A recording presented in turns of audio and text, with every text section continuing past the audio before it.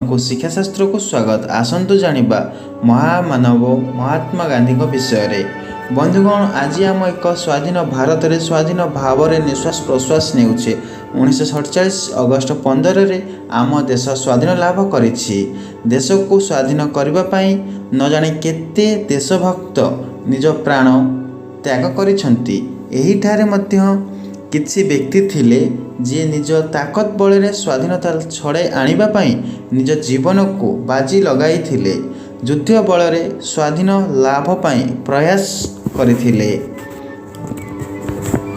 सेमानक मध्यरे जणे थिले अहिंसावादी राष्ट्रीय पिता मोहनदास करमचंद गांधी, जे कि आमे समस्ते जानू महात्मा गांधी नाम रे। महात्मा गांधी जे भारत इतिहास रे एपरि जणे व्यक्ति थिले देश पई अंतिम निश्वास पर्यंत लड़ाई करिथिले। हजार वीर होई आम देश को आजादी देइथिले। महात्मा गांधी आम भारत देश रे जणे महान स्वाधीनता संग्रामी थिले। से अक्टोबर 2 तारिख 1969 रे गुजरात रो पोरबंदर रे जन्मग्रहण करिथिले। गांधी पिता नाम करमचंद गांधी एवं माता नाम पुटुलीबाई थिला। गांधीजी संपूर्ण नाम थिला मोहनदास करमचंद गांधी। आमे तांको बापू एवं जातिर पिता भाव में जानू। गांधीजी पोरबंदर रे प्राथमिक शिक्षा एवं राजकोट रे माध्यमिक शिक्षा समाप्त करथिले।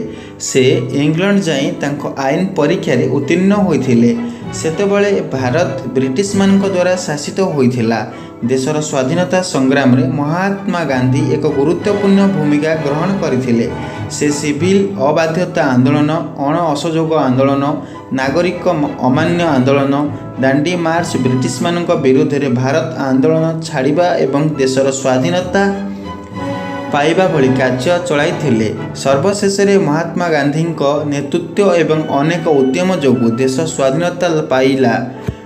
महात्मा गांधी पूर्वर मध्य लोक माने शांति एवं अहिंसा विषय रे जानिथिले, किंतु सत्याग्रह, शांति एवं अहिंसा मार्ग रे गांधीजी जेपरि ब्रिटिश मानक भारत छाड़िबा को बाध्य करथिले, इतिहास रे यह देखिबाको अन्य कौनसी उदाहरण नाही। महात्मा गांधी जीवन सरल थिला। से माने देशी द्रव्यर व्यवहार उपरे जिद धरी खदी पोशाक पिंधुथिले।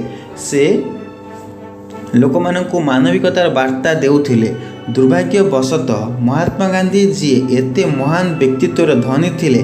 23 जनवरी 1948 रे तांकर देहांत होइथिला। जातिर पिता महात्मा गांधीजी पूरा जीवन आदर्श अटे। आज भी आमे तांकर आदर्श धारणा करी समाज रे गुरुत्वपूर्ण परिवर्तन आनी पारिबा।